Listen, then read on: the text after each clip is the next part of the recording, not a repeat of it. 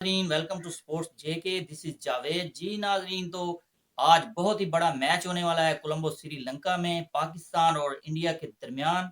जी नाजरीन, तो दोनों टीमें बड़ी बेचैनी से खेलने के लिए इंतजार कर रही हैं और मौसम देखते हैं आज क्या करता है।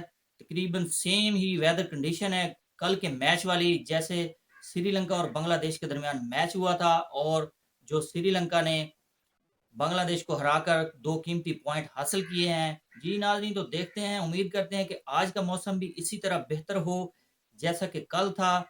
और वेदर फोरकास्ट भी यही बता रही है, आज भी 30-40% चांसेस हैं बारिश होने के। देखते हैं कि कल तो मौसम बिल्कुल साफ रहा था, आज देखते हैं कि बारिश होती है या नहीं और मैच को डिस्टर्ब करती है या नहीं। और हमारी तो दुआ है कि मैच कंप्लीट हो और पाकिस्तान के बल्लेबाज बाबर आजम और पाकिस्तान के शाहीन अफरीदी और सारी टीम ही ओवरऑल अच्छी परफॉर्मेंस दे और पाकिस्तान की टीम को फतह से हमकिनार करे।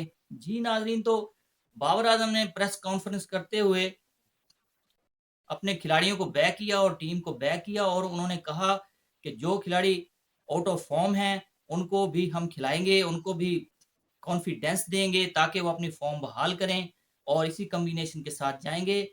अब प्लेयरों को चाहिए कि जिस तरह कैप्टन ने बाबर आजम ने अपने प्लेयरों को जो आउट ऑफ फॉर्म है, फखर जमान हो गए, अगा सलमान हो गए, उनको भी चाहिए कि अपनी परफॉर्मेंस से टीम में जगह बरकरार रखें और अपनी टीम के कैप्टन की उम्मीदों पर पूरा उतरें और टीम के लिए मैच विनिंग इनिंग्स खेलें।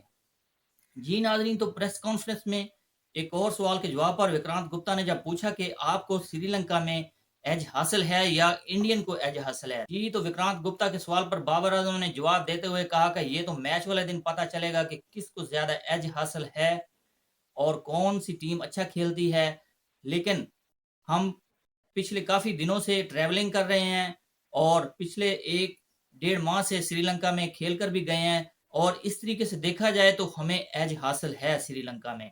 अब देखते हैं कि पाकिस्तान की टीम अपनी परफॉर्मेंस को किस कदर दिखा पाती है और शहीन शाह अफरीदी और हारिस रऊफ इंडियन बैट्समैनों को किस तरह परेशान करते हैं। जी नाजरीन, तो उम्मीद करते हैं कि आज के मैच में पाकिस्तान की टीम अच्छी परफॉर्मेंस दे और पाकिस्तान को फतह से हमकिनार करे। जी नाजरीन, तो अब तक के लिए इतना ही। मजीद स्पोर्ट्स अपडेट के लिए मेरे चैनल को देखते रहिए और मेरे चैनल को कर दें लाइक और सब्सक्राइब। अल्लाह हाफिज़।